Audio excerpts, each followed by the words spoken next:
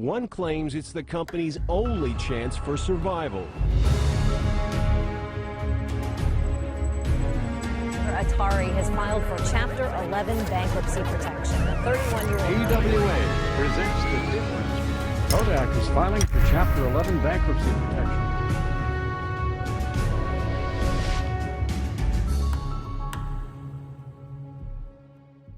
What's up, guys? My name is Jake, and welcome to the 16th episode of Bankrupt. Retail in America has seen lots of big companies dominate the market, from Montgomery Ward to Macy's. Mega retailers like Sears has seen an enormous rise, and for decades competed with another quickly growing brand called JCPenney. With its own massive expansion, the company grew to enormous heights with over 2,000 stores across the country and employing over 200,000 people. However, just like its largest competitor, the company went from that astonishing golden era to feeling the full effects of market changes, resulting in a slow collapse over the decades which followed. With years of losing money and a bankruptcy in 2020, analysts really have no idea where the company will go from here, and if it will at all make it through the decade alive. But how did such an iconic brand, known so well across the market, decline so fast? Well, let's take a look at this free-fall journey from profitability to catastrophic failure. This is JCPenney.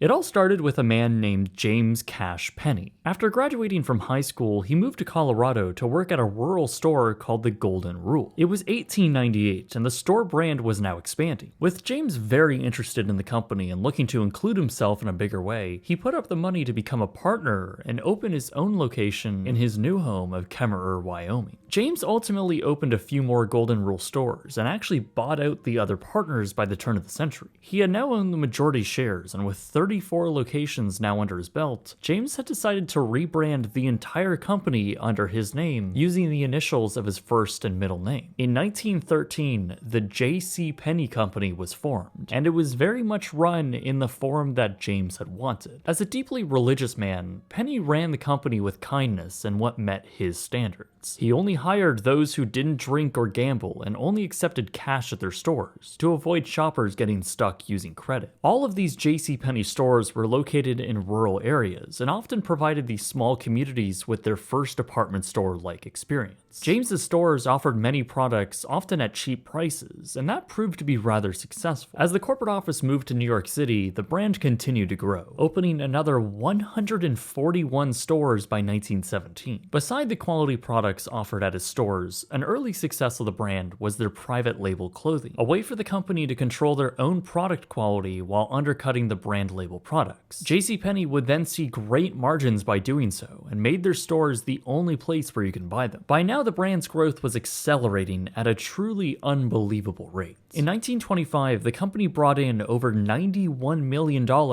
in sales across 674 stores. Adjusted for inflation, that's equivalent to $1.5 billion in sales in just 12 years. In 1925! This of course made Penney quite a wealthy man, but he did start his own charity and donate hundreds of thousands of dollars to churches and other organizations. By 1929, the company was listed on the New York Stock Exchange, though quite possibly at the worst time, as the country would soon enter the Great Depression. JCPenney managed to come out alright though. They cut down inventory and bartered down existing vendors to try and pass the savings off to the customer. This gave the company quite a great reputation by providing a quality store for people on a budget to shop. By doing so, this even allowed the company to turn a profit during this time. By the 40s, sales had increased to over $500 million, and their stores had grown to a staggering 1,600 across America. They were likely America's largest retailer by store volume, and potentially even the entire world. They also jumped on the newest shopping trend quite early, opening a store in what was known as the Drive-In Shopping District. This was the predecessor to the shopping mall, and in 1954, they opened 2 stores inside of 2 different new malls. JCPenney had now crossed $1 billion in sales, equivalent to $11 billion today. Their growth was monstrous, and they were now transforming into the new era. Big box retail was becoming very popular, and with more Americans buying motor vehicles and moving to the suburbs outside the cities, more shopping malls were then opening up. JCPenney was the king of rural department stores, but they were now shifting into big box retail, leaving behind the smaller stores on Main Street. With this new strategy, JCPenney was now directly competing with companies like Sears, who were a similar brand and were also competing for square footage in suburban America. In 1962, as an effort to better compete with Sears, JCPenney began their own catalog business, mailing out massive books with all types of merchandise to buy. By 1971, the company had crossed the $5 billion mark, just as their founder, James Penney, had passed away. He was 95 years old and had truly built up an astonishingly successful company, a retail brand known across the country, and a truly monolithic retail institution. Penney's, as it was commonly referred to, was indeed massive.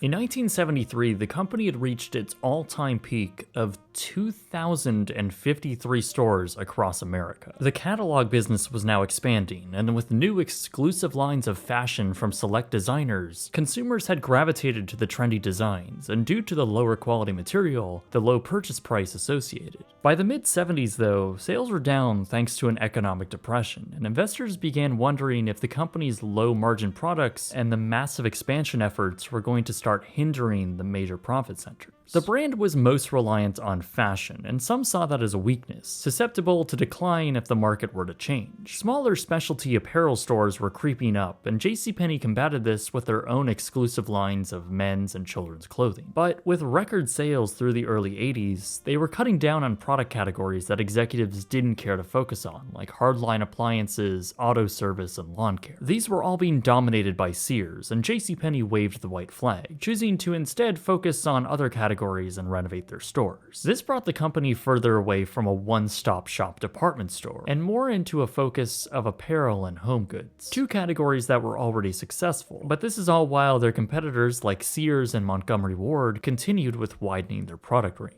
This restructuring continued all the way to the top, with executives losing their jobs in New York and a headquarters move to Texas. The company was trimming expenses wherever they could, and this kept a healthy stock price. But it also meant that they were selling off physical brick-and-mortar stores, most of which were those local, smaller-scale storefronts, and by 1986, they were now down to just 1,482 stores across the country. Through the rest of the 80s and into the 90s, JCPenney came out ahead of all the hard times found in its path thus far. The brand continued to focus on women's apparel, which made up a staggering 80% of apparel sales, and had most of their stores allocating nearly half of their square footage for it. One which was able to stand up against their low prices and offer more merchandise. Sears, Montgomery Ward, and Macy's were also facing this fast-growing chain, which of course was Walmart. With solid growth through the early part of the decade, 1995 is when JCPenney began to underperform. Income was down over $200 million, and really, it was the company's subsidiary chains, which had nothing to do with their core department store business, like the thrift drug chain, which had seen record sales and boosted the financials of the entire company. Their main stores were also looking a bit dated, and forced the company to allocate $2.1 billion to build a few new ones and refurbish a bunch of others. By the late 90s, underperforming stores were closed and employees were laid off. The sheer size of the company was bloated, and with new competitors now drawing away suppliers and customers, the dawn of the 2000s was looking rather uncertain. Fears of a financial downturn were coming true by 2000, and a new CEO was brought in to try and help point the chain in the right direction. Even more stores were shuttered, and non-core businesses were then sold off. With a more streamlined merchandising strategy and once again a higher emphasis on apparel, the stock began a mediocre climb, but still a rebound no less.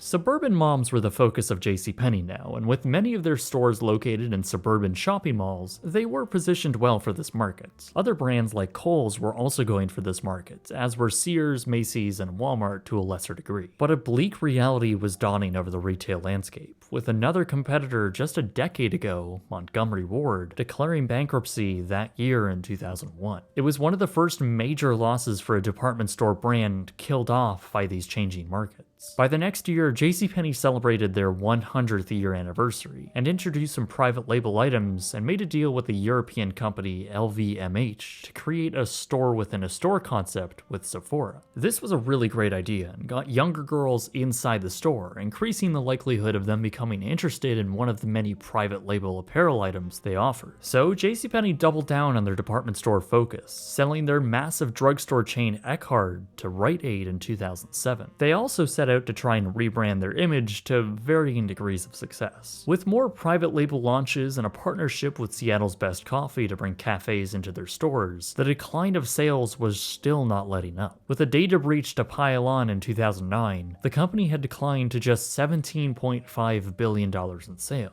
Now that's a massive decline from their $31 billion in 2001. The company was also still recovering from the 2008 recession, which had hit their core demographic of middle-class America hard. Their catalog too was in decline and ultimately axed altogether, putting an end to what was once a massive business just a few years prior. By 2012, consumer shopping was now starting to change in a pretty big way. It's a story you've heard a million times, but the internet had changed everything. Amazon was growing into a larger e-commerce business for ultra-low-cost items at an especially high level of convenience. Walmart had now taken over discount brick-and-mortar retail and had a wide range of apparel options by their own private label, as did Target. JCPenney found itself in the position of having the majority of their stores attached to dying shopping malls. Also, in part as a byproduct to the rise of online shopping, consumers were just not visiting malls like they used to, and this dragged down anchor stores like JCPenney, who really didn't have many standalone locations. With another new CEO in place and investors calling for change, the company once again cut jobs and tried to streamline merchandise, along with a new logo and chopping down the amount of coupons. Management was trying to appeal to new customers, but in the process neglected their key demographic. Eliminating the chance for someone to think they snagged a good deal ultimately backfired, and many of those suburban moms and families who liked using the coupons chose not to make the drive out to JCPenney anymore. Ultimately, the brand saw another CEO change. Unbeknownst to them though, 2010 was the last year of profitability for the company. With dropping sales and a negative growth rate year over year, by 2013, JCPenney had lost over $1.2 billion. With another change of a CEO in 2014, the company began reintroducing large appliances to their stores. Something that could have been clever, as consumers typically visit brick-and-mortar locations to view them. Among a few other improvements, this stabilized the company and once again saw a new round of layoffs and store closures to trim off costs. While 2016 saw the closest the company would get back to profitability, only losing $17 million by the conclusion of that year, it was ultimately a temporary thing as revenues slid right back down. Ultimately, the CEO position was changed again for the last time in 2018, with Jill Soltau, the former CEO of Jo-Ann Stores. She almost immediately axed the company's appliance section and for the 1,000th time said to be refocusing on apparel, though a considerable amount of money was spent on rebranding and store renovations. But it was all in vain, as sales continued to drop year after year, as did their stock price. Investors had clearly lost hope in the company, from their peak of $87 a share in 2007 to now under 5 cents a share in 2019. More stores continued to close and more employees were fired, all in an attempt to cut losses and keep the corporation above the water. But it was clear to anyone that they were sinking fast, and the next year would pose a challenge too difficult to overcome. In 2020, the coronavirus pandemic forced businesses all across America to close. Retailers who had a strong online presence like Walmart and Amazon thrived through this time, while JCPenney and even their harsh competitor Kohl's all struggled. JCPenney was forced to close all of their stores during this time and furlough basically their entire workforce. The retailer was hemorrhaging money, and this coupled with their monumental debt load, they really had no income to pay off interest. This put an enormous strain on the company, and with no clear path to profitability, on May 15th, 2020, JCPenney had filed for Chapter 11 bankruptcy with over $5 billion in debt. Immediately it was announced that 250 stores would close. However, it was then discovered by Forbes that during their employee furlough and bankruptcy, when the company apparently had run out of money, top executives had received bonuses worth around $10 million. This included their new CEO receiving around $4.5 million.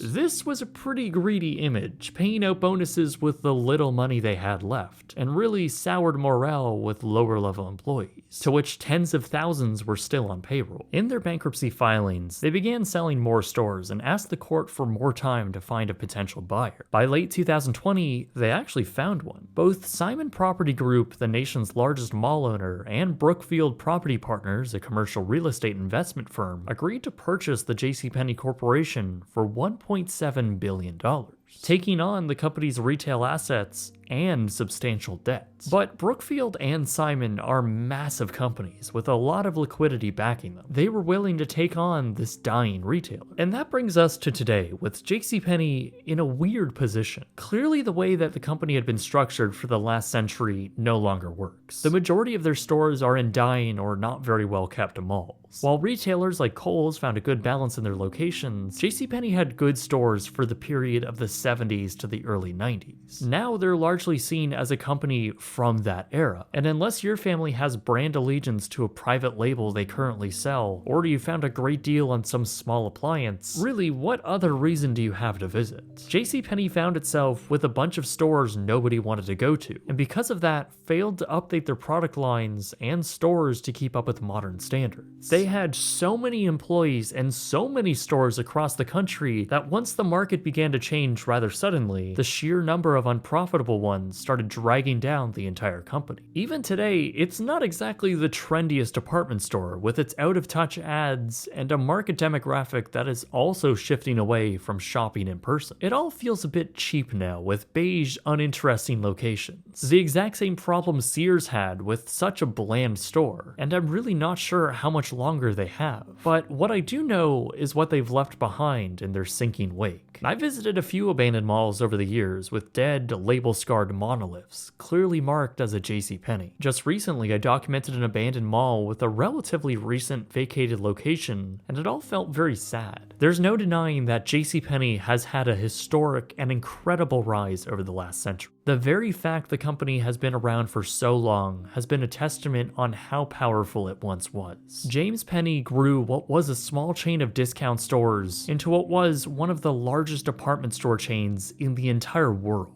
But now it's going to be interesting to see where they go from here. The days of massive sales and nationwide recognition are likely now over. Brookfield and Simon will now have to find a way to make what existing assets they have in the company work. JCPenney still has over 600 stores across America, and while that almost certainly is going to decrease, hopefully they are able to bring them up to date and refurbish the majority that remain. I actually really like their retro Pennies logo that they unveiled in 2019. They're doing what I said Sears should have done a long time ago, though even the interiors of those stores are still far too bland.